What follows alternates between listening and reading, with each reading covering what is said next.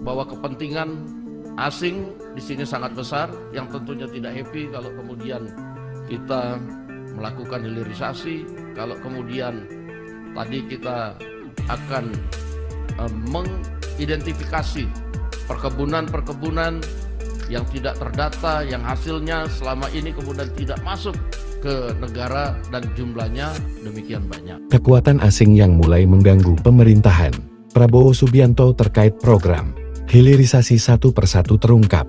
Wakil Ketua DPR RI, Sufmi Dasko Ahmad di diskusi bertajuk Paparan Pembangunan Indonesia 2025, Harapan dan Tantangan di Jakarta, Selasa 7 Januari 2025 mengatakan, gangguan relatif kecil. Kita sudah lihat kepentingan asing di sini sangat besar. Mereka tentunya tidak happy kalau kita melakukan hilirisasi, tegasnya. Prabowo berhasil mengatasi tekanan lewat jalur diplomasi luar negara bebas aktif. Dimulai dari lawatan 16 hari pada 8/23 November dan menghadiri KTT D8, 17 sampai 19 Desember. Bahkan sebelum itu, Prabowo sudah bertemu PM Australia, Anthony Albanese, dan menggelar pertemuan bilateral dengan PM Selandia Baru Christopher Luxon, lalu bertemu PM Vanuatu Charlotte Salwai Tabimasmas di Istana Negara 20 Oktober tahun 2024, dan PM Kepulauan Solomon Jeremiah Manel.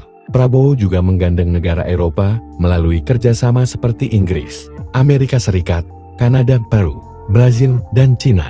Baru-baru ini Prabowo bertemu PM Malaysia Anwar Ibrahim di Kuala Lumpur dan kedatangan PM Jepang Ishiba Shigeru Sabtu 11 Januari 2025 membahas kerjasama. Jepang akan membantu program makan bergizi gratis. Diketahui, Indonesia melakukan hilirisasi batu bara, timah, nikel, dan minyak sawit. Negara Uni Eropa, Cina dan Jepang mengandalkan bahan mentah itu. Namun mereka terganggu, karena Indonesia kemudian mengelola bahan itu sendiri.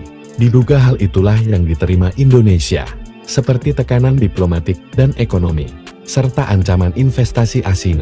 Namun menurut Menteri Luar Negeri RI Sugiono semua bisa diredam. Diplomasi dan kepemimpinan Indonesia menjalankan peran strategis di panggung internasional menjadi kuncinya.